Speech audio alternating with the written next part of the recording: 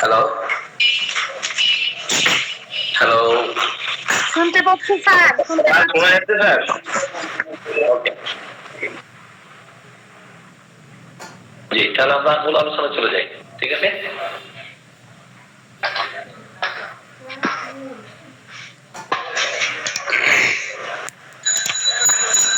أعوذ بالله من الشيطان الرجيم بسم الله الرحمن الرحيم نحمده ونصلي على رسوله الكريم أما بعد আল্লাহ রাব্বুল আলামিনের অশেষ মেহেরবানিতে হোমিওপ্যাথিক ডক্টর স্প্যান কর্তৃক আয়োজিত উন্মুক্ত ক্লাস আজকের ক্লাসের আলোচ্য বিষয় the art of case taking and selection of homeopathic remedy part 1। এ বিষয়ে আলোচনা করার জন্য যে আল্লাহ রাব্বুল আলামিন আমাকে আপনাদের সাথে যুক্ত হওয়ার তৌফিক দান করেছেন, সেই মহান রাব্বুল আলামিনের নিকট শুকরিয়া আদায় করি। সকলে বলি আলহামদুলিল্লাহ। সাথে সাথে স্মরণ করি মানবতার মুক্তির দিশারি হযরত মুহাম্মদ সাল্লাল্লাহু আলাইহি ওয়াসাল্লামকে এবং আরো স্মরণ করি মুতাসিমুল হানিমানকে। আজকে হোমিওপ্যাথি ডক্টর স্প্যান্ট গ্রুপে উন্মুক্ত ক্লাসে যারা যুক্ত হয়েছেন সকলকে হৃদয়ের গভীর থেকে সালাম জানাই। আসসালামু আলাইকুম ওয়া রাহমাতুল্লাহ।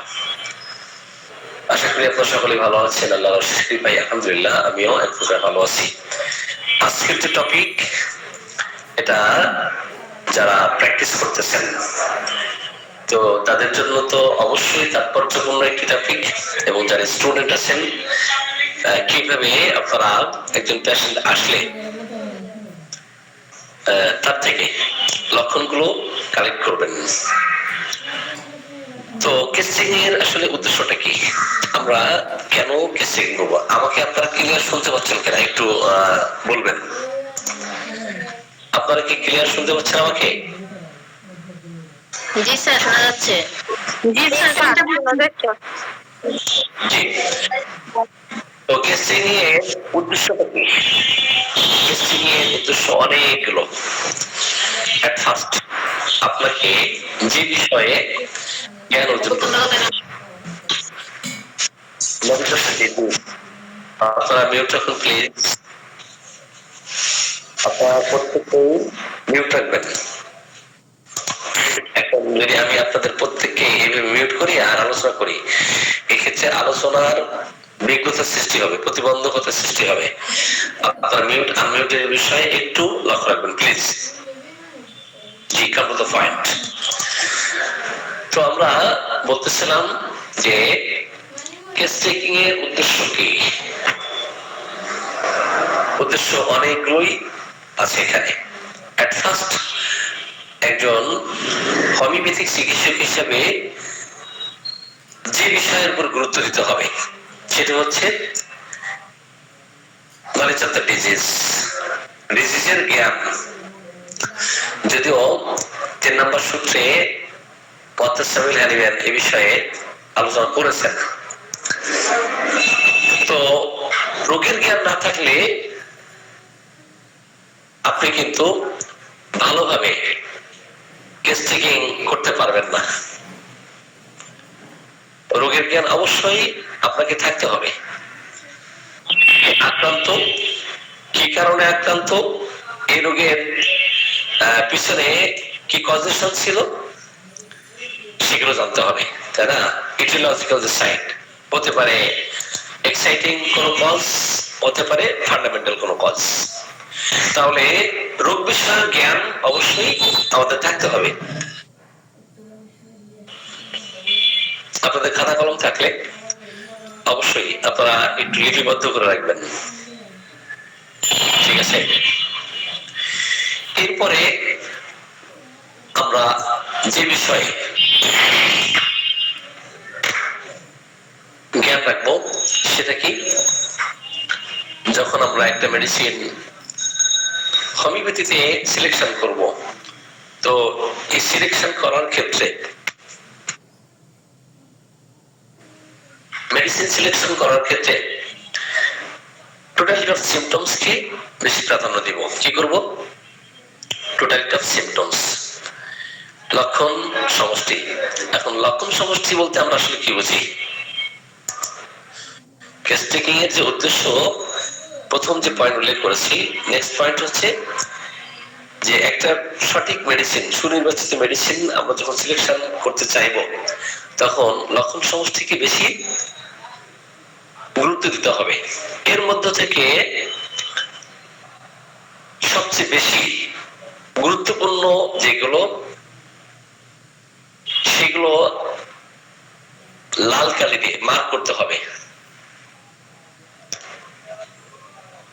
রোগের যে প্রকৃতি, রোগের যে ধরন, সেটা অ্যাকিউট না ক্রনিক, অ্যাকিউট না ক্রনিক, সে বিষয়ে আমাদের স্পষ্ট ধারণা থাকতে হবে। এখন আমরা অনেকেই অ্যাকিউট এবং ক্রনিক কিন্তু গুলিয়ে ফেলি।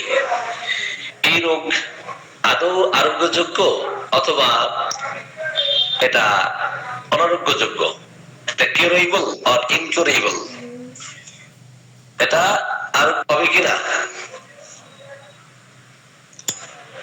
যদি আরোগ্য সাধ্য হয় তাহলে অবশ্যই হোমিওপ্যাথি চিকিৎসাই ভালো করা সম্ভব। আমরা অনেক ডক্টর আছি যে সব রোগ ভালো করে দিতে পারি, তাই না? এটাই খালি জি জি ঠিক আছে, ওকে।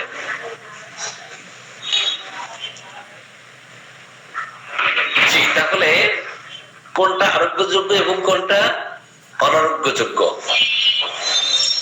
কোনটা কিউরেবল কোনটা ইনকিউরেবল, সেই বিষয়ে আমাদের জ্ঞান থাকা দরকার। এবং রোগের যে কারণের কথা বলতেছিলাম, এখানে এক্সাইটিং কজ আছে, ফান্ডামেন্টাল কোনো কজ আছে না মেইনটেনিং কোনো কজ, মেইনটেনিং অথবা এক্সাইটিং যদি কজ থাকে সেই এক্সাইটিং কজ দূর করা, অপরদিকে সুনির্বাচিত অ্যাপ্লাই করা। আর যদি fundamental cause means mathematic cause, তাহলে ম্যাথমেটিক কজ থাকলে যেই পেশেন্ট যেই মায়াজমের সেই বিষয়ে আমাদের মেডিসিন সামনে নিয়ে আসতে হবে। এখন ম্যাথমেটিক মেডিসিন তো অনেক, সোরিক মেডিসিন অনেক আছে, সাইকোটিক আছে, সিভিলিক আছে, টিউবারকুলার আছে, ক্যান্সারাস আছে, অনেক মেডিসিন। তো এখন কোন লেয়ারটা আগে আছে সেই লেয়ার অনুযায়ী আপনাকে অ্যান্টি ম্যাথমেটিক মেডিসিন অ্যাপ্লাই করতে হবে। এবং রোগীর জীবনী শক্তির দিকে খেয়াল রাখতে হবে যে রোগীর জীবনী শক্তি কেমন। যদি জীবনী শক্তি খুব ক্ষীণ হয়, দুর্বল হয়, তাহলে গভীর গ্যাসের মেডিসিন অ্যাপ্লাইয়ের ক্ষেত্রে অবশ্যই সতর্কতা অবলম্বন করতে হবে। এবং লক্ষণগুলো নেওয়ার পরে সেগুলোকে ইভ্যালুয়েশন করতে হবে, মূল্যায়ন করতে হবে যে এটা মেন্টাল জেনারেল, এটা ফিজিক্যাল জেনারেল। এখন মেন্টাল জেনারেলের মধ্য থেকে উইল আন্ডারস্ট্যান্ডিং মেমোরি, এখন উইলের গুরুত্ব সবচেয়ে বেশি, উইলের গুরুত্ব সবচেয়ে বেশি, ইচ্ছা শক্তির গুরুত্ব, ইমোশনাল স্টেট, ইমোশনাল যে কন্ডিশন, এটার গুরুত্ব অত্যন্ত বেশি। এটাকে আপনি হাইলাইট করবেন, এটাকে এমফাসিস করবেন, এটাকে প্রমিনেন্স করবেন, এটাকে সিম্পলিফাই করবেন, স্পেসিফাই করবেন, ইন্ডিভিজুয়ালাইজ করবেন। তো করার ফলে আপনি ওটার ইন্টেন্সিটি বাড়ালে তখন অটোমেটিক্যালি ইন্টেন্সিটি আপনি হাতে কলমে খাতা নিয়ে এবং কলম নিয়ে বসে এটা করতে পারেন। আমরা অনেক সময় যে যখন পরীক্ষার সময় প্রশ্ন গুলোকে আমরা কি করতাম, বাছাই করতাম যে কোন কোন সালে কোন কোন প্রশ্ন পড়ছে। তো এইগুলো যখন বাছাই করতাম এটা 1 স্টার 2 স্টার 3 স্টার এভাবে দিতাম, তাই না? অনুরূপ ভাবে আপনি লক্ষণের মূল্যায়নের ক্ষেত্রে যারা সফটওয়্যার ব্যবহার করেন না তাদের ক্ষেত্রে অবশ্যই খাতা এবং কলম থাকবে, ডায়েরি থাকবে, তাই না? তো এখানে আপনি স্টার মার্ক করবেন, তারকা চিহ্ন দিবেন, এটার গুরুত্ব কম কি বেশি, এইভাবে আমরা মূল্যায়ন করব। এরপরে যে কাজটা করতে হবে, অনেকে আমরা রেপার্টরির গুরুত্ব দেই না, শুধু মেডিকেল থেকে মেডিসিন সিলেকশন করার চেষ্টা করি। এখনো সারা পৃথিবীতে এমন কোন ডক্টর পৃথিবীতে এখনো আসেন নাই যে রেপার্টরি প্রয়োজনীয়তা বোধ করেন না।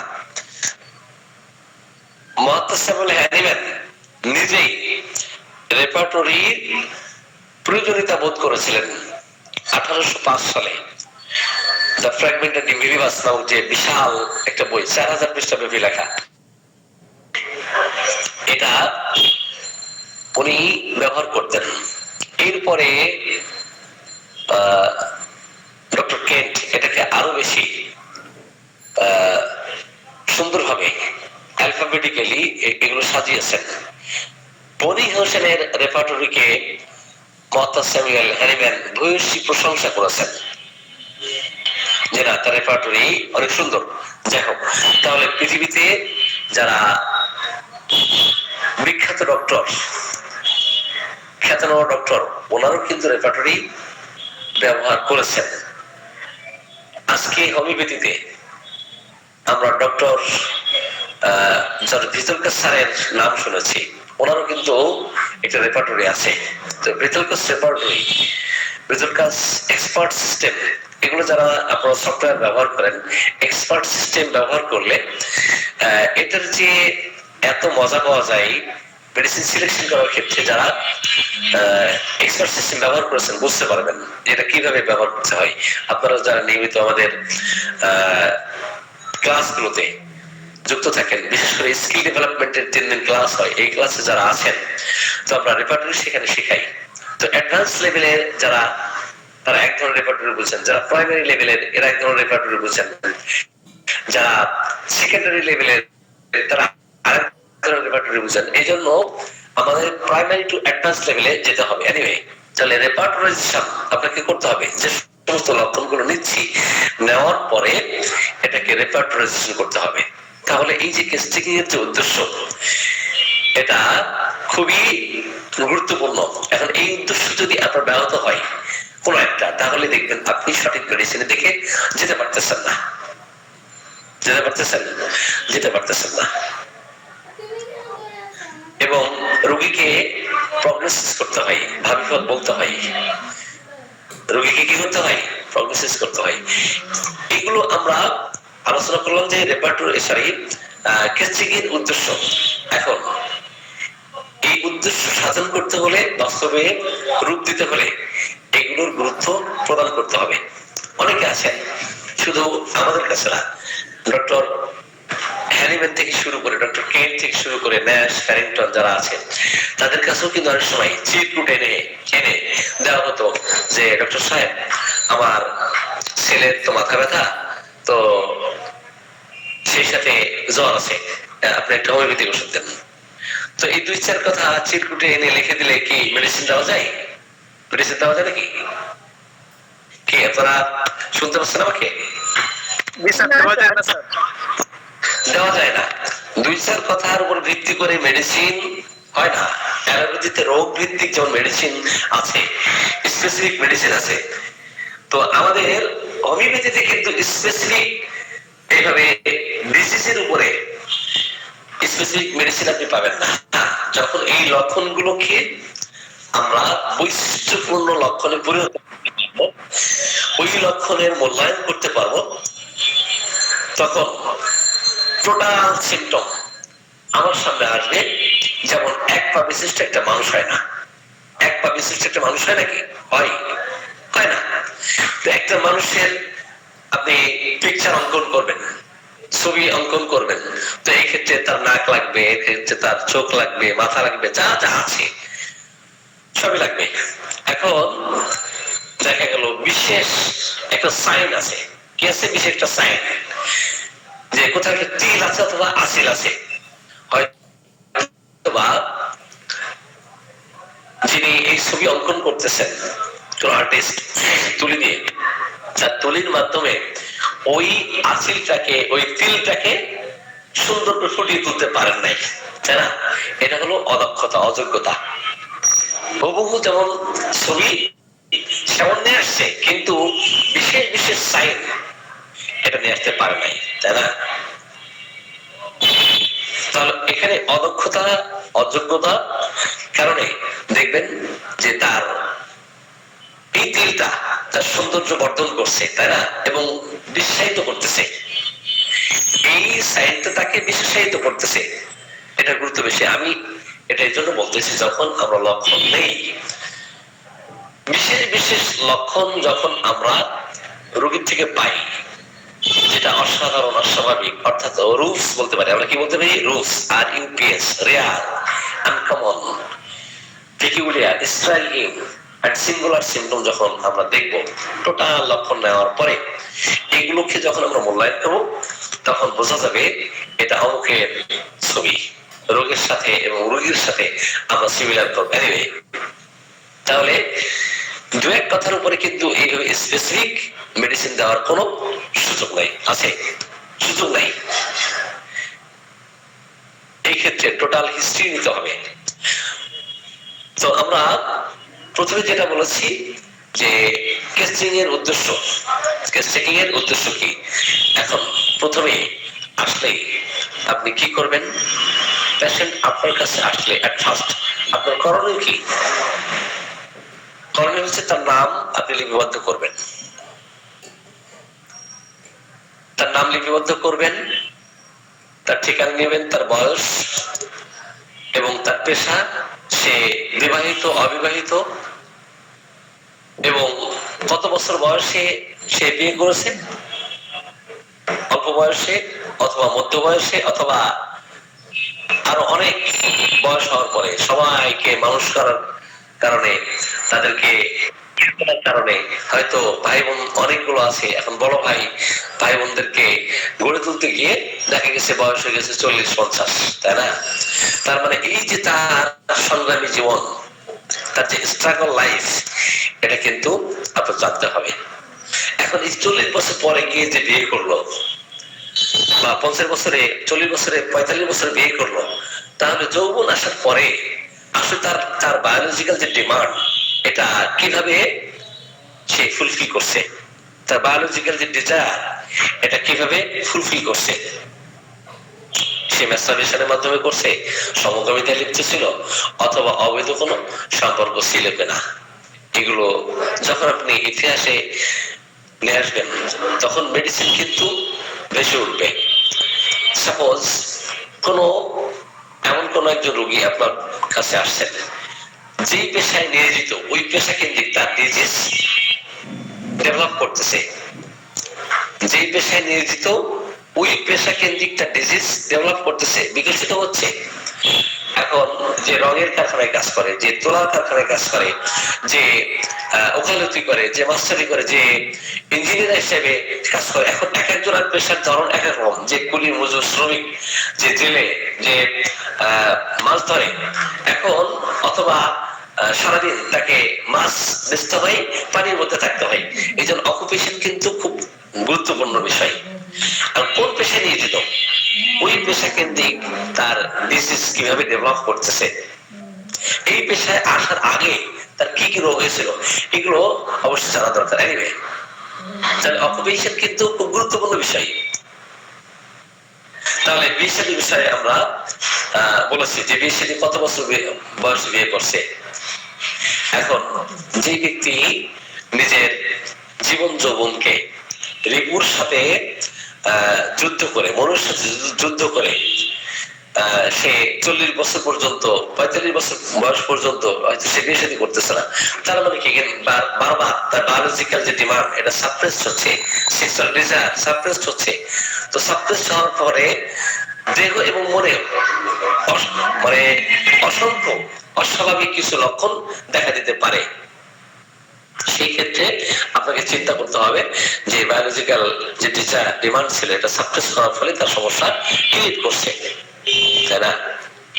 এরপরে আপনাকে আমাকে যে কাজটা করতে হবে, যে রোগী আসা মাত্রই, সেটা হলো যে তার চোখ, তার চুল, তার চেহারা, কমপ্লেকশন, তার হাসি, তার অঙ্গভঙ্গি, তার চেষ্টার প্রস্তাব, এগুলো জানতে হবে। সে লম্বা, খাটো, এগুলো এট এ গ্লান্সে একদম চুলের গড়া থেকে পায়ের নখ পর্যন্ত আপনি অবজারভেশন করবেন। অবজারভেশন করে বিশেষ কোনো পিকুলিয়ারিটি পাইলে সেটাকে আপনি হাইলাইট করবেন। বিশেষ কোনো পিকুলিয়ারিটি দেখলে পেশেন্ট থেকে সেটা আপনি নোট করবেন। সাপোজ আপনি হয়তো রোগী দেখতেছেন, অনেক রোগী, তো রোগী চেম্বারে যখন ঢুকে সে কিভাবে ঢুকতেছে, সে আসলে মিশুক, এসেই সালাম কালাম দিয়ে পিছনে বসে আছে, না সে আগে আসতে চাই? অনেক পেশেন্ট গিয়ে দেখবেন যে ডাক্তার সাহেব আপনার তো অনেক রুগী, সময় অনেক লাগে। আসসালামু আলাইকুম, হ্যালো হ্যালো, আসসালামু আলাইকুম।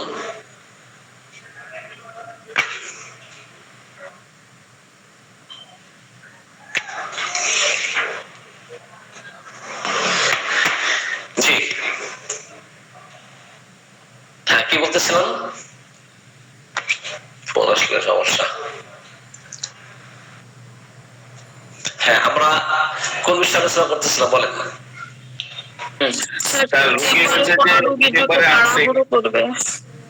হ্যাঁ, রোগী কিভাবে প্রবেশ করতেছে, তার অঙ্গভঙ্গি, তার চেষ্টা প্রস্তাব, সে হাসি মুখে এ করতেছে, ঢুকতেছে, এসে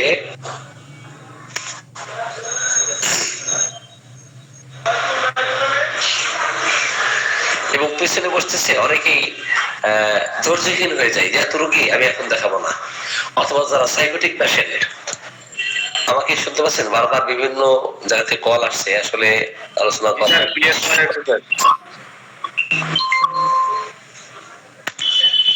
জি। তাহলে এগুলো খুব গুরুত্ব দিতে হবে। অপরদিকে তার হাইট, তার ওয়েট, সে হালকা পাতলা কেমন, ওজন কেমন, তার তার তাই না, উচ্চতা কেমন, এটা জানতে হবে।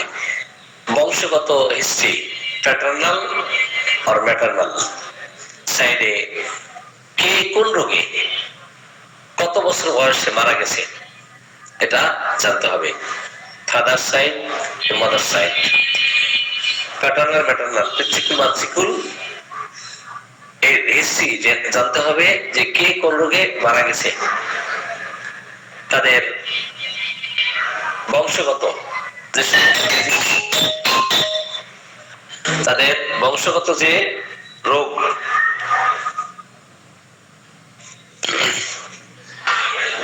কি কি রোগ আছে, হতে পারে অ্যাজমা, হতে পারে ক্যান্সার, হতে পারে টিউমার, এগুলো গুরুত্বপূর্ণ,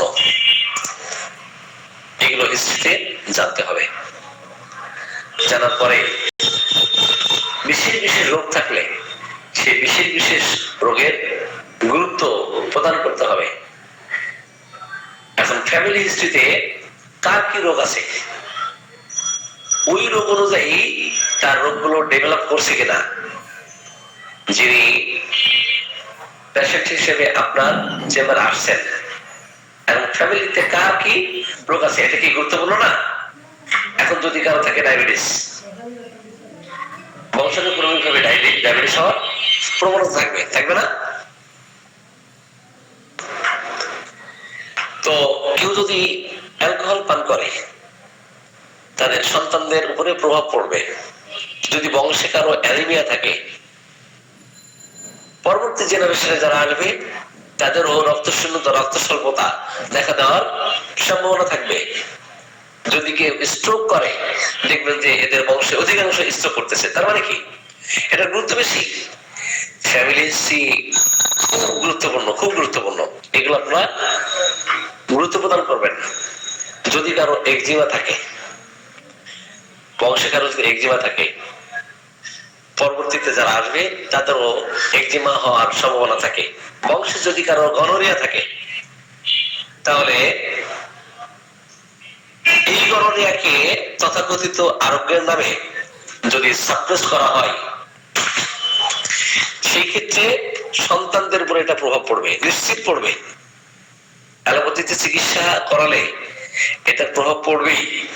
দেখা গেছে যে তার সন্তানদের উপরে এটা প্রভাব পড়তেছে। তারা যখন বড় হয়ে বিয়ে শাদী করবে, দেখবেন যে এদের আর সন্তান হচ্ছে না।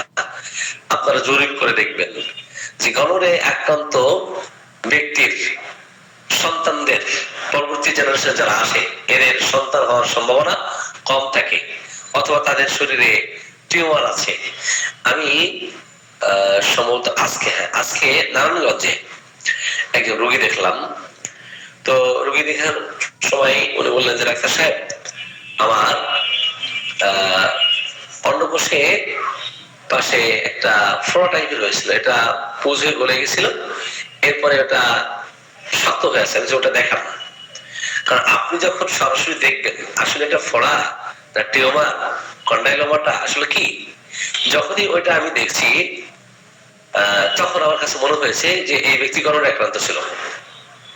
দেখার সাথে সাথে আমার মনে হয়েছে এটা তো সাইকোটিক সাইন, সাইকোটিক সাইন। কন্ডাইলোমাটা বড় বড় বেশ একটাই আছে ওখানে, তো খুব বেশি শক্ত না, আবার একবারে নরমও না, এবং বাম সাইডে।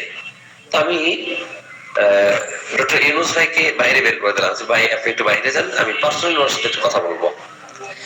তো যখন আমি হিস্ট্রি নিলাম, আমি বললাম যে আপনার কত বছর বয়সেই ক্ষত হয়েছিল?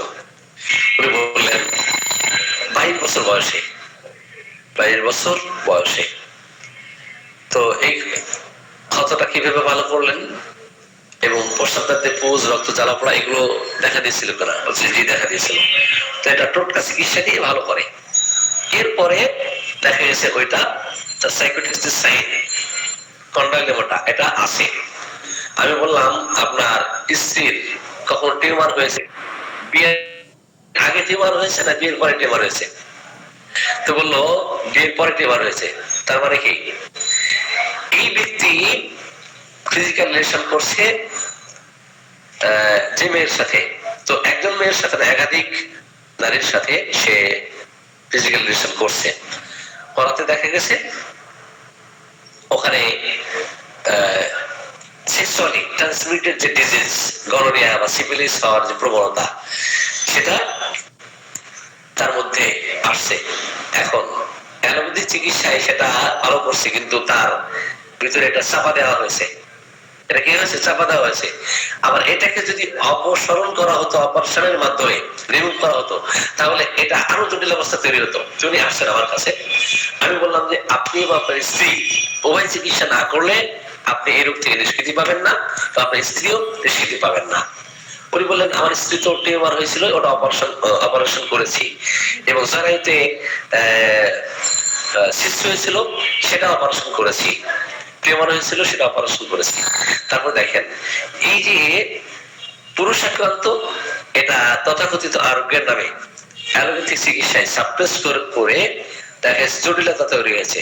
তাহলে শুধু আপনি এই যে অবজারভেশন, আমরা আজকের যে topic the art of case taking and selection of a homoeopathic remedy, তাহলে এখানে অবজারভেশন করতে হবে। এক একজন এক একভাবে অবজারভেশন করেন, অনেকে আছেন চুল থেকে একদম পায়ের নখ পর্যন্ত ইতিহাস নেন, কিন্তু মূল রোগ কিভাবে সৃষ্টি হলো, প্রধান কারণটা কি, কজেশনটা কি, এই কজেশন বের করতে পারেন না। এই কজেশন বের করতে না পারার ফলে কি হয়, সারা পথ দৌড়াতে থাকে। তো এটা দিয়ে কাজ হবে না। আপনি হাজারো লক্ষণ নিয়ে আপনি 10 পৃষ্ঠায় ইতিহাস লিখলেন, এই ইতিহাস আপনার 5 পয়সা ফায়দা আসবে না যদি কিনা আপনার অবজারভেশন পাওয়ারটা ভালো না হয়। আমাকে কি আপনারা বুঝতে পারছেন, শুনতে পারছেন? আমার কথা শুনতে পাচ্ছেন? তাহলে ফ্যামিলি হিস্ট্রির গুরুত্ব, তার পার্সোনাল হিস্ট্রির গুরুত্ব। এখন ফ্যামিলিতে যদি কারো টাইফয়েড থাকে, পরবর্তীতে দেখবেন যে তাদের সন্তানদেরও টাইফয়েড হওয়ার সম্ভাবনা থাকবে। গর্ভকালীন সময়ে, গর্ভাবস্থায় মা যদি ভ্যাকসিন নিতে থাকেন, তাদের সন্তানদের উপরে এটা প্রভাব পড়বে। রিপিটেড ভ্যাকসিনের যে হিস্ট্রি মায়ের থেকে বাবার থেকে, এটা সন্তানদের উপরে এটা প্রভাব পড়বে।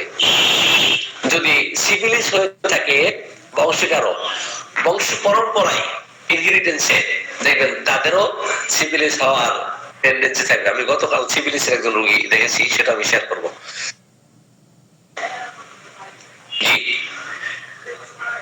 যদি কারো হেপাটাইটিস থাকে, লিভারের সমস্যা থাকে, দেখবেন তাদের সন্তানদের উপরে এটা প্রভাব পড়বে। যদি কারো ম্যালেরিয়া হয়, বংশে ফ্যামিলিতে যদি কারো ম্যালেরিয়া হয়, এই ম্যালেরিয়া হওয়ার প্রবণতা দেখবেন তাদের সন্তানদের উপরে থাকবে। যদি কিনা কারো স্টোমাক আলসার হয়, ভবিষ্যতে দেখবেন তাদের সন্তানদেরও এই আলসার হওয়ার সম্ভাবনা থাকবে। যদি হুপিং কাশি হয়, ফ্যামিলি হিস্ট্রিতে এটার গুরুত্ব বেশি। যদি ক্যান্সার হয়, ক্যান্সার হওয়ার প্রবণতা পরবর্তী জেনারেশনে এভাবে থাকবে। ফ্যামিলি হিস্ট্রির গুরুত্ব দেওয়ার পর আপনার পার্সোনাল হিস্ট্রি জানতে হবে। এখন কোন রোগ কোন সময়ে কিভাবে দেখা দিচ্ছে। এখন অসুস্থতা দেখা দিল, দেখেন যে কারো আজকে একজন অ্যালোপ্যাথিক চিকিৎসক, উনি শিশু বিশেষজ্ঞ, ওনার মাইগ্রেন ছিল, মাইগ্রেন না সাইনোসাইটিস। তো সাইনোসাইটিসের জন্য তো অ্যালোপ্যাথিতে কমপ্লিটলি কিউরেবল রেমেডি নাই। তো উনি হোমিওপ্যাথি বিশ্বাস করেন না। তো ওনার হাজবেন্ড যখন চিকিৎসা নিয়েছেন, ভালো হয়েছেন, উনি আমাদের মেডিসিন নিয়ে আলহামদুলিল্লাহ ভালো, এখন মাইগ্রেন বা সাইনোসাইটিসের সমস্যা নাই।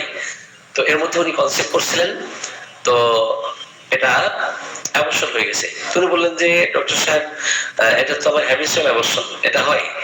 এই যে হ্যাবিচুয়াল অ্যাবর্শন অ্যালোপ্যাথিতে কিন্তু অনেক সময় এইভাবে ব্যর্থ হয়ে, ব্যর্থতার গ্লানি নিয়ে অনেক পেশেন্ট আপনার কাছে আমার কাছে আসবে। এখন এই হ্যাবিচুয়াল অ্যাবর্শন কি কারণে? আপনি যদি জানেন যে স্বামী যদি সিফিলিস আক্রান্ত হয়ে থাকে, স্বামী যদি গর্ভে আক্রান্ত হয়ে থাকে, স্বামী সিফিলিস আক্রান্ত হলে এই স্ত্রীর গর্ভে মরা সন্তান হওয়ার সম্ভাবনা থাকবে, অথবা বারবার তার হ্যাবিচুয়াল যে অ্যাবর্শন এটা দেখা দিবে। এখন আপনি চিন্তা করতেছেন যে হ্যাবিচুয়াল অ্যাবর্শনের ক্ষেত্রে কি কি মেডিসিন আছে, এগুলো চিন্তা করি। কিন্তু আপনার আরো অ্যাডভান্স চিন্তা করতে হবে, আরো গভীরে যেতে হবে, অবজারভেশন পাওয়ারটা আরো বাড়াতে হবে।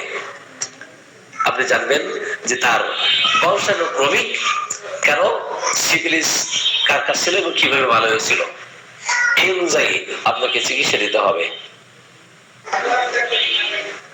যদি কারো পার্সোনাল হিস্ট্রিতে দেখবেন যে বারবার বাগি হচ্ছে, এই যে যাদের বারবার বাগি হয়, আপনি ইতিহাস নিয়ে দেখবেন, জানবেন যে তাদের ফ্যামিলিতে কারো সিফিলিস ছিল, সিফিলিটিক মাসমেটিক ম্যানিফেস্টেশন বংশে ছিল, তা না হলে তার এটা হওয়ার কথা নয়।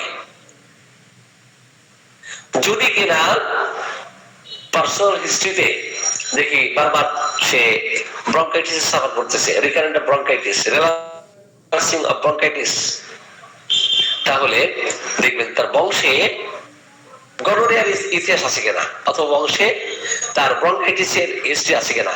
সে নিজে যেহেতু ব্রঙ্কাইটিসে বারবার আক্রান্ত হচ্ছে, যদি কারো ফুসফুস সংক্রান্ত সমস্যা হয়, ধরে নেবেন বারবার এই ফুসফুস সংক্রান্ত সমস্যা হলে আপনি ধরে নেবেন যে বংশে তার টিউবারকুলার দোষ আছে, তা না হলে এইভাবে তার ফুসফুসের এই সমস্যা দেখা দেওয়ার কথা নয়। বংশে যদি হাঁপানি থাকে, কারো ধরেন অ্যাজমা, বারবার অ্যাজমায় সে আক্রান্ত হচ্ছে, রিকারেন্ট অফ অ্যাজমা, এখন এই অ্যাজমার পিছনে হিস্ট্রি নিয়ে দেখবেন হয় গনোরিয়া অথবা স্কিন ডিজিজ সাফা দেওয়ার ইতিহাস, অথবা বংশে হাঁপানি আছে। এটার গুরুত্ব অনেক বেশি না? অবশ্যই এটার গুরুত্ব বেশি। যদি কেউ টিকা নেওয়ার পরে, এখন কোন টিকা নেওয়ার পরে সে অসুস্থ হয়েছে, কোন ভ্যাকসিন নেওয়ার পরে সে অসুস্থ হয়েছে, সেটা কিন্তু জানতে হবে। যদি কারো বারবার ডায়রিয়ার হিস্ট্রি থাকে, সেটা গুরুত্ব বেশি। কারো যদি বারবার সিস্টাইটিস হওয়ার প্রবণতা থাকে পার্সোনাল হিস্ট্রিতে, সেক্ষেত্রে এটার গুরুত্ব বেশি। যদি কারো টাইফয়েড বারবার হয়, তাহলে তাদের অনুযার সন্তানদেরও এই টাইফয়েড হওয়ার প্রবণতা থাকবে। যদি কারো পার্সোনাল হিস্ট্রিতে ম্যাস্টাইটিস দেখা দেয়, অর্থাৎ মামস প্যারোটিড গ্ল্যান্ড যদি ফুলে যায়, তাহলে ভবিষ্যতে দেখবেন যে এটা অ্যালোপ্যাথি চিকিৎসা করালে তার অন্ডকোষের সমস্যা দেখা দিবে, এবং এই অন্ডকোষের চিকিৎসা অ্যালোপ্যাথিতে করাতে গেলে পরবর্তীতে তার ইনফার্টিলিটির সমস্যা দেখা দিবে। তাহলে মেটাস্টেসিস আকারে পুরুষ হলে কোন কোন অর্গান এফেক্ট করবে, নারী হলে কোন কোন অর্গান এফেক্ট করবে। যদি কোনো নারী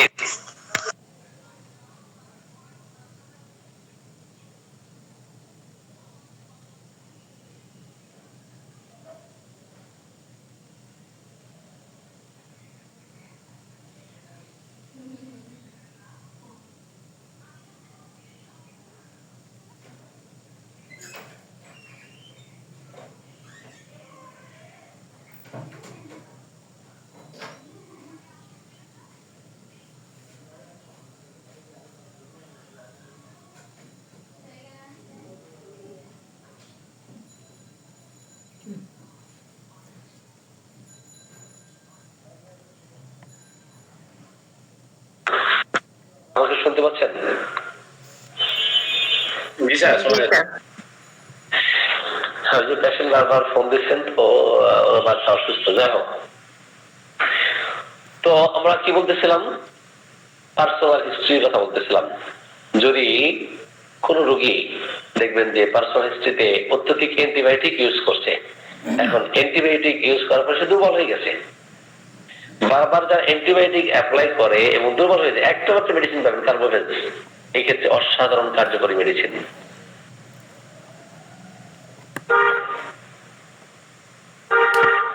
যদি আপনি দেখেন যে পার্সোনাল হিস্ট্রিতে তার মাথার পিছন সাইডে আঘাত লাগছে, আমি আজকে একজন রোগী, এটা 6 মাস ধরে আমি দেখতেছি, তো মাথা যন্ত্রণা, ওনারা পপুলারে দেখাতেন, পপুলারে সেখানে দীর্ঘ বছর পরীক্ষা নিরীক্ষা সহ লক্ষ লক্ষ টাকা খরচ করছে, তার মাথা ব্যথা দূর করতে পারে না। ওনারা চিকিৎসা দিয়েছেন, মাথা ব্যথার মেডিসিন দিয়েছেন, তাই না? আমি হিস্ট্রি নিয়েছি এই মাথা ব্যথা উৎপত্তি কিভাবে। উনি যখন বললেন, ডাক্তার সাহেব আমার মাথা ব্যথার পিছন সাইডে আঘাত লাগছে, এবং রোগীর মায়ের বক্তব্য, আমার মেয়ে অনেক বেশি মেধাবী ছিল, এখন সে কোনো কিছু মনে রাখতে পারে না, মাথা ব্যথা সেই সাথে তার স্মৃতিভ্রংশ দেখা দিয়েছে, কার কত টাকা দিয়েছে এটা সে বলতে পারে না, সব ভুলে যায়। আমার কাছে 6 মাস চিকিৎসা নেওয়া, আলহামদুলিল্লাহ মাথা ব্যথা এক বিন্দু পরিমাণ আর মাথা ব্যথা নাই। এখন স্মৃতিশক্তির যে এই যে বিনাশ, ওই আঘাত লাগার পর থেকেই যদি কিনা দেখেন অক্সিপোর্টে আঘাত লাগছে, অক্সিপোর্টে আঘাত লেগে মানসিক ভারসাম্যহীন হয়ে গেছে, পাগল হয়ে গেছে, অ্যাবনরমালিটিস দেখা দিয়েছে, এই ক্ষেত্রে মেট্রানসাল অসাধারণ কার্যকরী মেডিসিন, অসাধারণ অমোঘ মেডিসিন। যদি আপনি দেখেন যে অপারেশনের পর সে আর সুস্থ হতে পারতেছে না, এই ক্ষেত্রে অনেক মেডিসিন পাবেন, প্রায় রেপার্টরিতে 29টির মতো মেডিসিন আছে। এই মেডিসিন গুলোর মধ্য থেকে আপনাকে চিন্তা করতে হবে যে কোন মেডিসিন তার ক্ষেত্রে অ্যাপ্লিকেবল। যদি নার্ভ এফেক্টেড হয় তাহলে এই ক্ষেত্রে হাইপেরিকাম খুব চমৎকার কার্যকরী মেডিসিন। আমি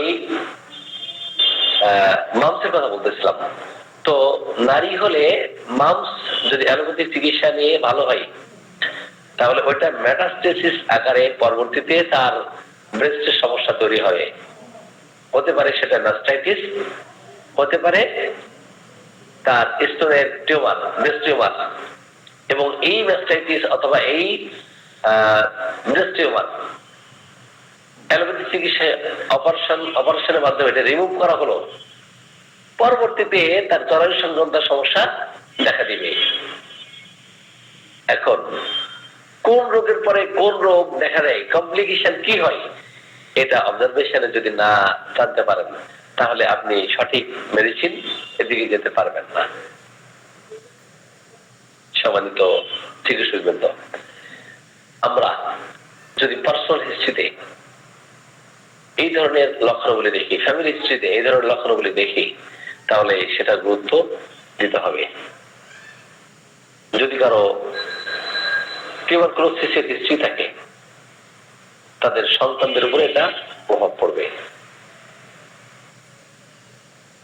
যদি কারো ডাউন, একজিমা, চুলকানি, কোন স্কিন ডিজিজ এর হিস্ট্রি থাকে তাহলে তাদের সন্তানদের উপরে এগুলো হওয়ার প্রবণতা থাকবে। তাহলে সেই ক্ষেত্রে আমাদের মেডিসিন চিন্তা করতে হবে। আমরা এতক্ষণ যে আলোচনা করতেছিলাম সেটা হচ্ছে কেস চেকিং এর উদ্দেশ্য এবং প্রথমেই আপনি কি করবেন, কোন বিষয়ের উপরে আপনি গুরুত্ব দিবেন।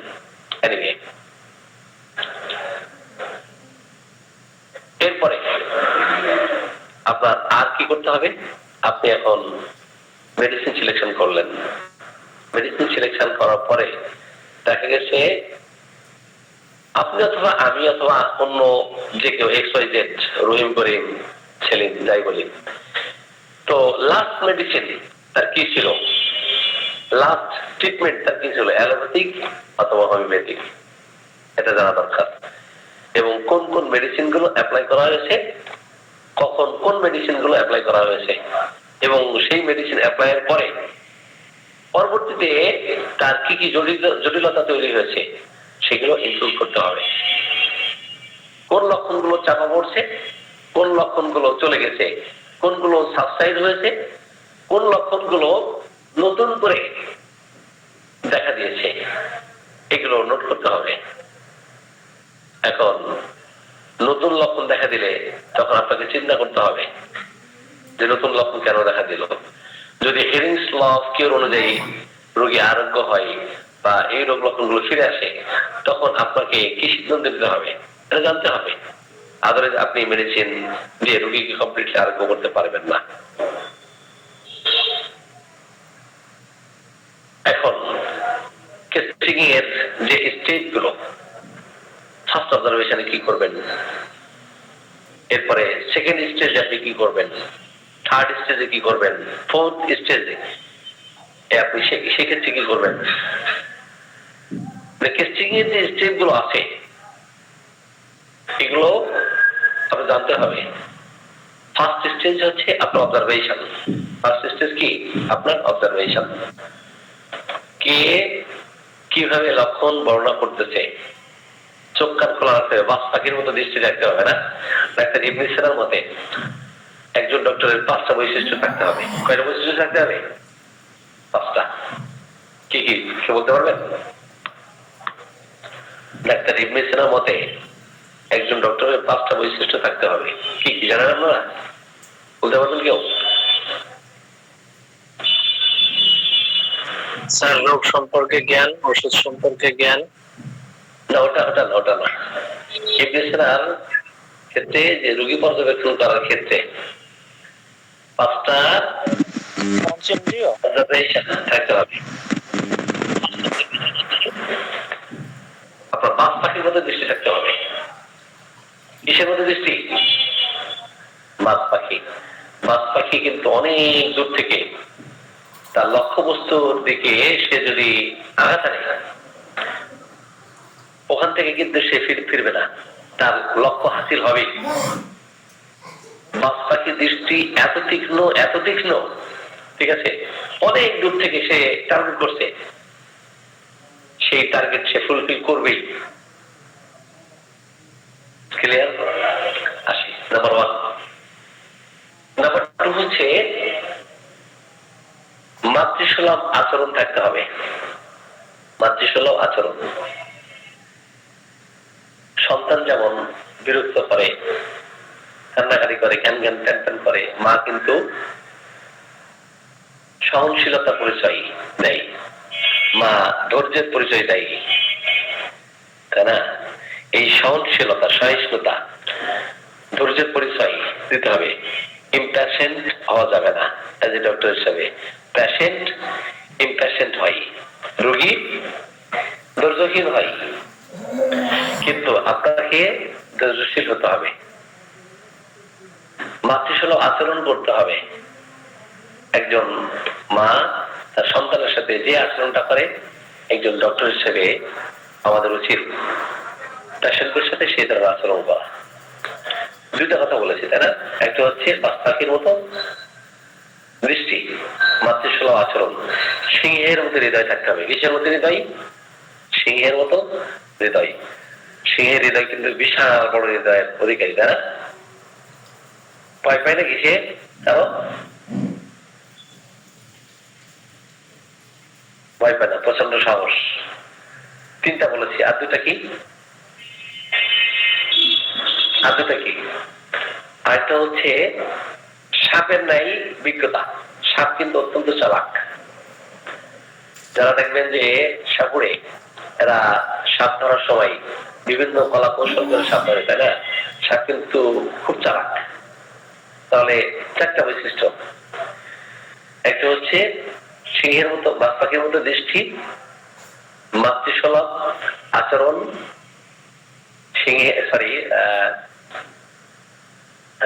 বাস পাখির মতো দৃষ্টি, সিংহের মতো হৃদয়, মাতৃ সুলভ আচরণ, সাপের নাই বিজ্ঞতা। আমি আরেকটা শব্দ বলে যাচ্ছি, কারো জানা থাকলে বলতে পারেন। কুমারী নারীর মতো হাত, কুমারী নারীর মতো হাত। কুমারী নারীর হাত নরম থাকে। তো এজ এ ডক্টর হিসেবে আপনি পেশেন্টের আপনি স্পর্শ করবেন। মহিলা ডক্টর হলে মহিলা ডক্টরকে পেশেন্টকে স্পর্শ করার সমস্যা নাই। পুরুষ ডক্টর হলে আপনি পুরুষদেরকে স্পর্শ করার সমস্যা নাই। তো এমন ভাবে হাত রাখবেন যে হাত ছোঁয়ালেই যেন সে অর্ধেক ভালো হয়ে যায়, তারা।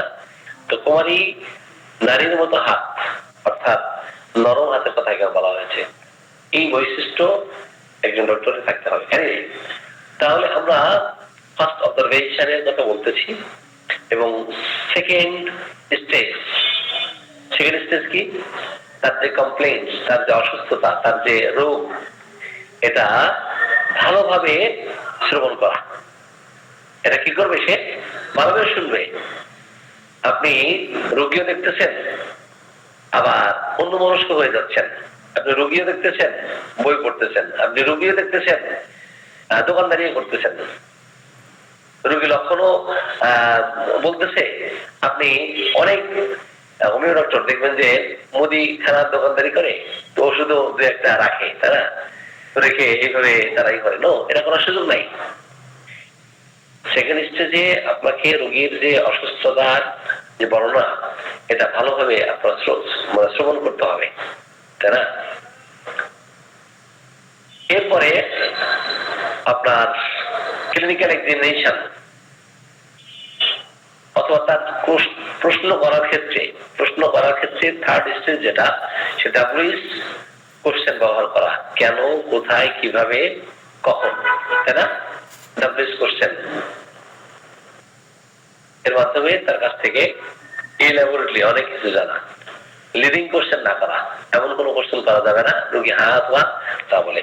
কেন, কোথায়, কখন, কিভাবে, কত বছর, কত মাস, কতদিন রোগী সে সাফার করতেছে, কি চিকিৎসা হয়েছিল, তাই না? তো সবকিছু ডাব্লিউএইচ দিয়ে কোশ্চেনের মাধ্যমে জিজ্ঞেস করতে হবে। ফোর্থ স্টেজ যেটা, সেটা হচ্ছে ক্লিনিক্যাল এক্সামিনেশন। তো প্যাথোলজিক্যাল যে পরীক্ষা নিরীক্ষা আছে, ল্যাবরেটরির যে ইনভেস্টিগেশন আছে, এটা জানতে হবে। ক্লিয়ার? এখন এই স্টেজগুলো আপনার অতিক্রম করতে হবে।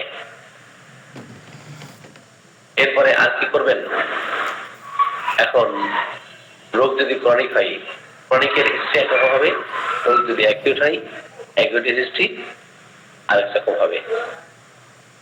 আরেকটা বিষয় সেটা হলো যে দেখবেন যে কি কোন ধর্মের, এই ধর্মের কথা আমি বলতে ভুলে গেছি, এটা গুরুত্বপূর্ণ। মুসলিম ধর্মের হলে তারা কি ধরনের খাবার খায়, তারা সনাতন হলে, বৌদ্ধ হলে, খ্রিস্টান হলে তাদের লাইফস্টাইল, তাদের ধর্মীয় জীবনযাপন তারা কিভাবে করে, সেটা জানতে হবে।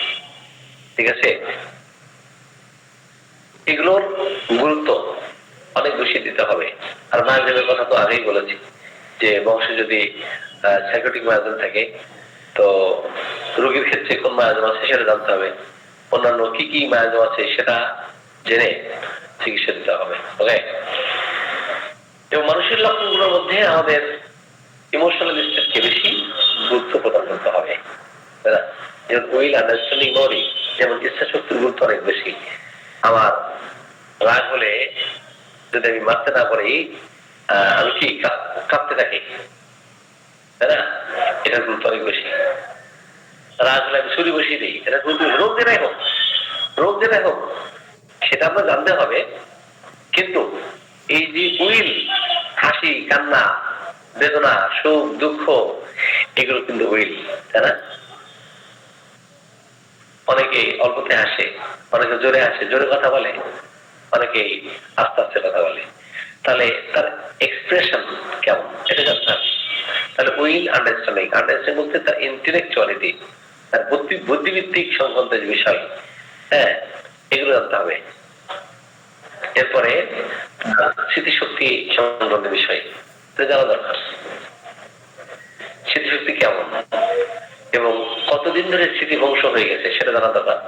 অপরদিকে তার সেন্সেশনের গুরুত্ব এটা কিন্তু অনেক বেশি, এটা subjective symptom.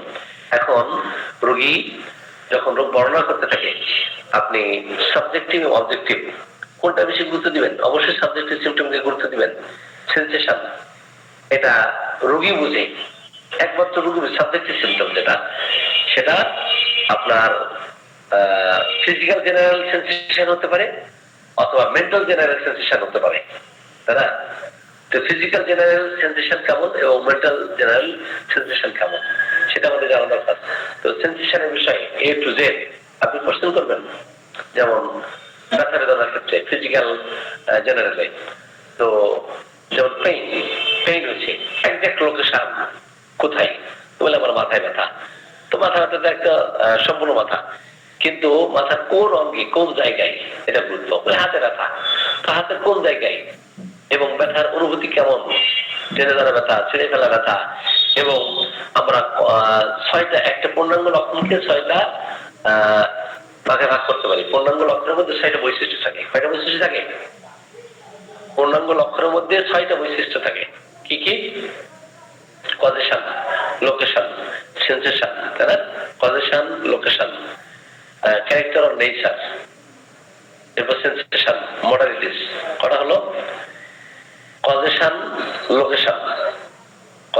Location, sensation, character or nature এবং মডালিটিস। তো এই বিষয়ের দিকে লক্ষ্য রাখতে হবে। তাহলে আপনি সেন্সেশন হতে পারে সাবজেক্টিভ, হতে পারে অবজেক্টিভ। যেমন আমার পিছন থেকে কেউ যেন আছে, এটা দ্বারা একটা হ্যালুসিনেশন, এটা হ্যালুসিনেশন, এটা ইমাজিনেশন, এটা ডিলিউশন, ইলিউশন, ইমাজিনেশন, এটা হচ্ছে সাবজেক্টিভ সিম্পটম, এর গুরুত্ব বেশি। তাহলে সেন্সেশন জানতে হবে। ওকে, এরপর কিসে বৃদ্ধি কিসে উপশম, better or worse, aggravation or amelioration. কিসে বৃদ্ধি কিসে উপশম, তাই না? কখন বৃদ্ধি কখন উপশম, কোন সিজনে বৃদ্ধি কোন সিজনে উপশম। আমি রাগ বৃদ্ধির গুরুত্ব অনেক বেশি দেই। আজকের যে রোগীটা আমরা দেখলাম, একেবারে 5-6টা লক্ষণ নিয়ে মেডিসিন দিয়ে দিয়েছি, তাই না? এটা একটু আমরা শেয়ার করবো, একটু মনে করে দেন। এরপরে তার সকল প্রকার ডিসচার্জ হতে পারে, তার থুতু, তার নাকের স্রাব, কানের স্রাব, ঘাম, প্রস্রাব, পায়খানা, everything, discharges of all kinds, সকল প্রকার যে ডিসচার্জ হচ্ছে এটা কেমন। যেমন কারো ফোড়া হয়েছে অথবা কারো ক্ষত হয়েছে, এই ক্ষত থেকে ডিসচার্জ হচ্ছে, কতদিন ধরে ক্ষত হয়েছে, তার বয়স হয়েছে, কতদিন ধরে চলছে, ফিস্টুলা হয়েছে, আলসার হয়েছে, তাই না? তো এটার গন্ধ কেমন, বর্ণ কেমন, কোন জায়গা হয়েছে, এটা গুরুত্বপূর্ণ। সেটা কানে, নাকে, মুখে, তার কোন কোন প্রাইভেট পার্টসে আছে, এগুলো জানতে হবে। এরপরে A to Z total organ, একবারে হেড টু ফিট, মাথা থেকে একেবারে পা পর্যন্ত কোন কোন অর্গান আক্রান্ত, কতদিন ধরে আক্রান্ত, প্রথমে কোন সাইড আক্রান্ত, এরপরে কোন সাইডে, এটা গুরুত্ব দিতে হবে। কারণ দেখবেন সাইড অত্যন্ত গুরুত্বপূর্ণ, সাইডের গুরুত্ব অনেক বেশি। ডান সাইড না বাম সাইড? এখন ডান পাশে আক্রমণ করছে প্রথমে, বাম পাশে আক্রমণ করছে 2 বছর পরে। এখন আপনি বাম পাশেও লক্ষণগুলো নিচ্ছেন, কিন্তু আপনি ইতিহাসে জানতে পারলেন না যে প্রথমে তার কষ্টটা ডান পাশে ছিল না বাম পাশে ছিল। এটার গুরুত্ব বেশি। এরপরে তার লালা, জিহ্বা, দেখবেন তার জিভটা কেমন, মানচিত্রের মতো হিজিবিজি রেখা আছে। মানচিত্র যেমন, যদি এই জিহ্বা থেকে হিজিবিজি রেখা যুক্ত জিহ্বা, আপনি মেরে কথা চিন্তা করবেন, দাঁতের ছাপ, চাপ দিলে দাঁতের ছাপ পড়ে, তাই না? জিহ্বার উপরে ছাপ পড়ে, রসালো জিহ্বা, মুখে দুর্গন্ধ, ঘাম বেশি, রোগ যেটাই হোক না কেন, মাকসাল রোগ যেটাই হোক না কেন, তাহলে এই যে বৈশিষ্ট্য, এই বৈশিষ্ট্যগুলো রোগীর থেকে বের করতে হবে। আপনি জিভ দেখছেন, জিভ দেখান তো, জিভ বের করেন।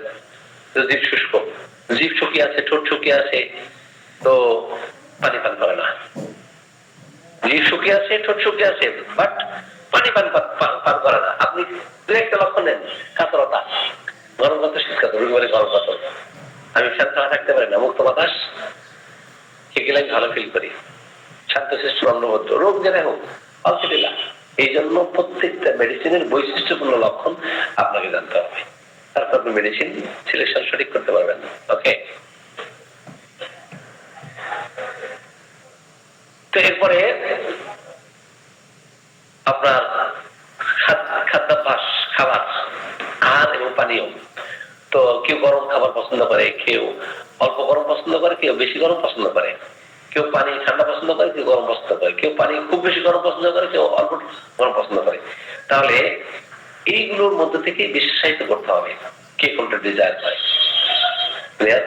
কে কোন খাবার সে ডিজায়ার করছে, টক, পিতা, মিষ্টি, লবণ, চাল, এক্সাইজের অনেক কথা আছে, এগুলো আমরা বিস্তারিত না যাই, তাই না? এরপরে তার স্বপ্নের ইতিহাস, এটা গুরুত্বপূর্ণ, কারণ অবচেতন মনে বই প্রকাশ হচ্ছে স্বপ্ন, অবচেতন মনের বই প্রকাশ স্বপ্ন, স্বপ্নের মাধ্যমে এটা ঘটে। এই যে কোন কোন স্বপ্ন দেখে এটা মার্ক করবে, কেন এই স্বপ্ন দেখে, কেন দেখে, কি কারণে দেখে এই স্বপ্ন, এটা যখন বের করতে পারবে মেডিসিন চলে আসবে। এখন কোন মানুষ যদি স্বপ্ন দেখে আমার স্বামী বিদেশে গেছে, তো বিদেশে অরিজিনালি সে বিদেশে গেছে, কিন্তু সে স্বপ্ন দেখতেছে আমার স্বামী আসছে, মানে স্বপ্ন দেখতেছে পাশে আসে, তো সে আমাকে নাম ধরে রাখতেছে, তার মানে কি তাকে মিস করতেছে, তাই না? তাকে মিস করতেছে, আর বায়োলজিক্যাল ডিমান্ড বারবার সাবটেস্ট হচ্ছে। এখন সে স্বপ্ন দেখতেছে আমার স্বামীর মধ্যে রূপ ধরে অন্য কেউ তার সাথে ফিজিক্যাল রিলেশন করতেছে, তার মানে এটার গুরুত্ব বেশি, এটার গুরুত্ব বেশি না, এটার গুরুত্ব বেশি। তাহলে এই যে স্বপ্নের ব্যাখ্যায় আপনি জেনে নিয়ে মেডিসিন দিতে পারবেন। আপনি একদম চুলের গোড়া থেকে পাইনাপল ইতিহাস দিলেন, কিন্তু স্বপ্নের ইতিহাসে জানতে পারলেন, আপনি ওষুধ সিলেকশন করতে পারছেন না। এখন রোগী স্বপ্নের কথা বলতে গিয়ে রোগী বলতে, ডাক্তার সাহেব আমি তো শুধু যুদ্ধ, বিগ্রহ, গোলাগুলি, মারামারি, কাটাকাটি এগুলো দেখি। কি কম এগুলো দেখেন, তার মানে কি আপনি অতীতের ইতিহাস নিয়ে জেনে দেখেন এর হয়তো পুলিশে চাকরি করছে অথবা সেনাবাহিনীতে চাকরি করছে, তাই না? তো তখন তাকে ওই কেন্দ্রিক মেডিসিন, যুদ্ধ বিগ্রহের স্বপ্ন তারা দেখে, এটা গুরুত্ব বেশি, তাই না? এখন যে যে পেশায় নিয়োজিত ওই পেশা কেন্দ্রিক ভুল বকে, তাই না? রোগী এসেছে ওষুধ দাও, রোগী এসেছে ওষুধ দাও, ব্রায়না দাও, সালফার দাও, তার মানে কি তার থিঙ্কিং এদিকে। ওকে, এনিওয়ে, তাহলে আমরা এই সমস্ত পর্যায়গুলো, স্টেজগুলো আমাদের অতিক্রম করতে হবে। রোগীর কষ্টের বর্ণনা শুনবেন, মেজর সমস্যা কি, মেজর সমস্যাটা কি সেটা জানতে হবে। এরপরে তার পায়খানা, প্রস্রাব, এখন পায়খানা প্রস্রাব কোষ্ঠকাঠিন্য হয় কিনা, ডায়রিয়া হয় কিনা, নরমাল পায়খানা হয়, কয়বার হয় পায়খানা, পায়খানায় কোনো গন্ধ আছে কিনা, পায়খানা এদের গন্ধ, এদের কেমন গন্ধ, প্রচন্ড গন্ধ, পচা গন্ধ, এটা স্পেসিফাই করতে হবে, তাই না? এটা স্পেসিফাই করতে হবে। এরপরে তার আরো অন্যান্য লক্ষণ নিতে হবে, বিশেষ করে ঘাম, ঘামের বর্ণনা নিবেন। এখন যদি বলে ডাক্তার সাহেব আমি যখন ঘেমে যাই তখন হলুদ দাগ পড়ে, তাহলে এটা গুরুত্ব আপনি নিবেন, ঘামের গুরুত্ব হিসেবে ওখানে গুরুত্ব দিবেন। আমি ঘামলে লবণ লেগে থাকে, তখন আপনি বুঝবেন যে তার শরীরে পর্যাপ্ত পরিমাণে সোডিয়াম ক্লোরাইড আছে, তার শরীরে কি আছে, পর্যাপ্ত পরিমাণে সোডিয়াম ক্লোরাইড আছে। তো তাদের শরীরে সোডিয়াম ক্লোরাইড বেশি থাকে, লবণ খেতে চায় না। আর lack of sodium chloride, lack of common salt, lack of table salt. তো লবণ খাওয়ার যে ইচ্ছা কেন দেখা দেয়, তার সোডিয়াম ক্লোরাইডের অভাব আছে, তাই না? কমন সল্টের অভাব আছে, এই জন্য সে লবণ খেতে চাই। আর পর্যাপ্ত পরিমাণে ঘেমে লবণ বের হতে থাকবে, দেখবেন তার শরীরে পর্যাপ্ত পরিমাণে সোডিয়াম ক্লোরাইড আছে, যার ফলে ঘামের মাধ্যমে এটা বের হয়ে যাচ্ছে।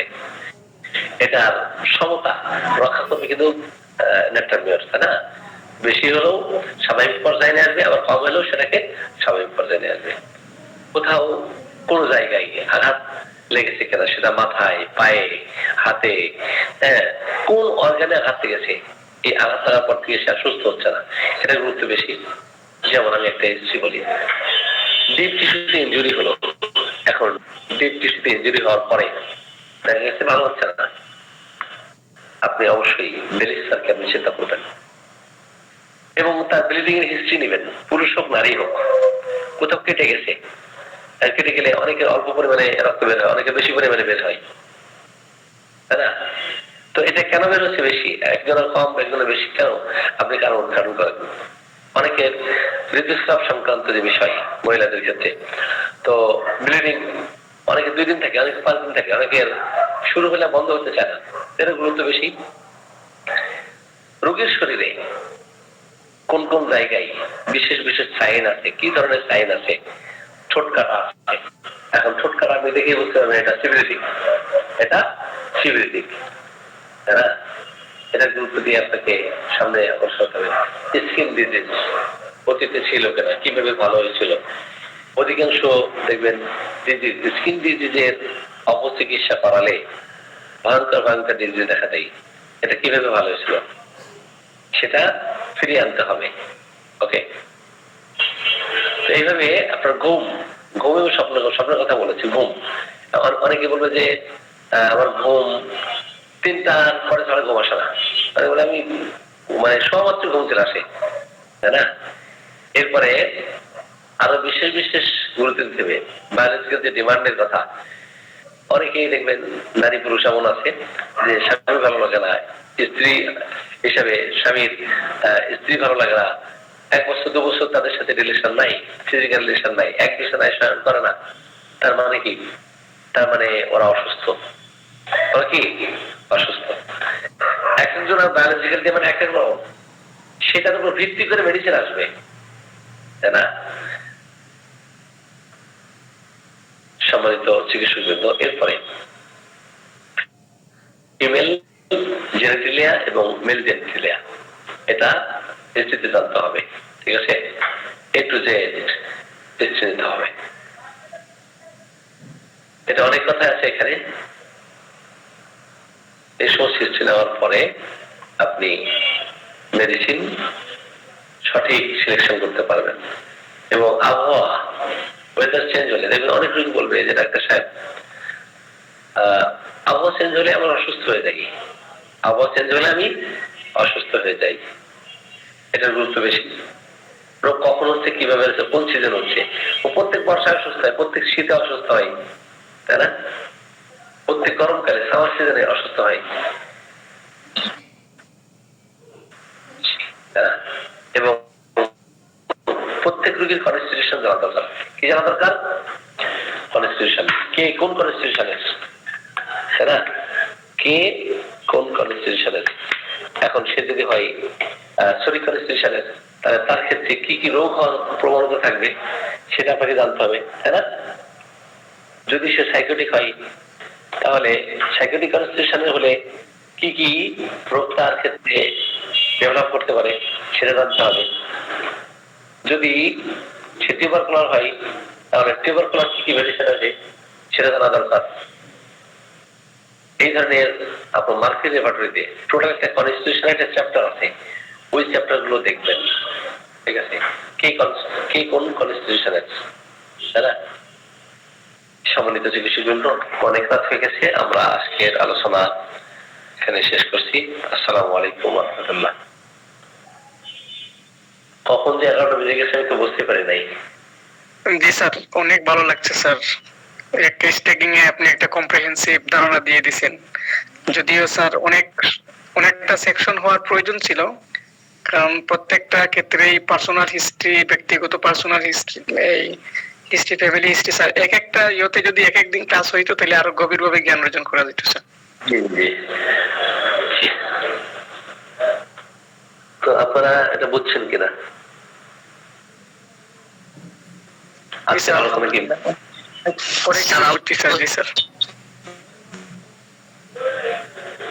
জি মুফতি এরকম জবাব ভাই সুন্দর হয়েছে। আলোচনা শুনতে শুনতে টাইমের দিকে দেখার সময় নেই। জি তখন 11টা বেজে গেছে, আমি তো বুঝতে পারি নাই। জি তো ঠিক আছে, আমি ক্লাসে আমন্ত্রণ জানাচ্ছি। আর যারা স্কিল ডেভেলপমেন্টে ক্লাস করতেছেন আপনারা গ্রুপ ভাগ করে দিয়েছি, সেভাবে এই করেন, প্রতিযোগিতামূলক লেখাপড়া করেন, ইনশাল্লাহ ভালো কিছু করতে পারবেন। পড়াশোনার বিকল্প কিচ্ছু নেই। আচ্ছা, একজন পরামর্শের জন্য বারবার ফোন দিচ্ছেন, ওনাকে একটু পরামর্শ দিব আমরা। জি আজকের মতো আমরা বের হয়ে যাচ্ছি। ঠিক আছে, আসসালামু আলাইকুম ওয়া রাহমাতুল্লাহ।